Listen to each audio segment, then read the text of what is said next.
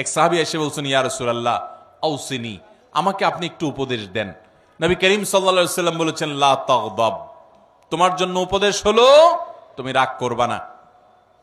বলেন যে ইয়া রাসূলুল্লাহ এটা বুঝলাম, আরেকটা উপদেশ করেন। নবী করিম সাল্লাল্লাহু আলাইহি ওয়াসাল্লাম বলেছেন, দ্বিতীয় উপদেশও হলো রাগ করবা না। বলে ইয়া রাসূলুল্লাহ বুঝলাম, আরেকটা করেন। নবী করিম সাল্লাল্লাহু আলাইহি ওয়াসাল্লাম বলেছেন, লা তাগদাব, তৃতীয় উপদেশও তোমার জন্য একটাই, যে রাগ করবা না। এরপর নবী করিম সাল্লাল্লাহু আলাইহি ওয়াসাল্লাম বলেছেন একবার, লা তাগদাব ওয়ালাকাল জান্নাহ, রাগ করবা না, জান্নাত তোমার হবে। রাগ করবা না, জান্নাত তোমার হবে। বদরাগী বদমেজাজি ভাইরা বোনেরা আমার, নিজেকে নিয়ন্ত্রণ করার চেষ্টা করব তো ইনশাআল্লাহ।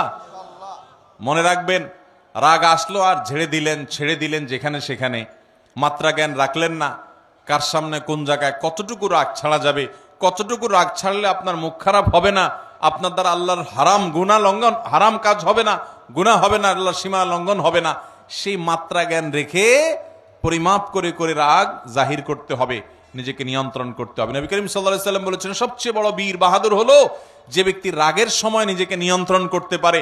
অনেক শরীরে শক্তি আছে, এটা আসল বীরত্ব না, রাগের চোটে শরীরে আগুন ধরে গেছে, মাগার নিজেকে বহুত কষ্ট করে ঠান্ডা করে রাখছে। রাগ নিয়ন্ত্রণ করতে পারে না দেখে ওই জায়গা থেকে বের হয়ে গেছে। মোবাইলে রাগ উঠে গেছে দেখে মোবাইল কেটে বন্ধই করে দিছে। রাগ বেশি হয়ে গেছে দেখি দাঁড়ানো থেকে বসে গেছে, বসা থেকে শুয়ে গেছে, উজু করে নিয়েছে, তারপরেও নিজেকে কন্ট্রোলে রাখছে, রাগের কারণে পরিস্থিতি খারাপ হতে দেয় নাই। এই মানুষগুলো আল্লাহর প্রিয় বান্দা। আমরা চেষ্টা করব তো ইনশাআল্লাহ।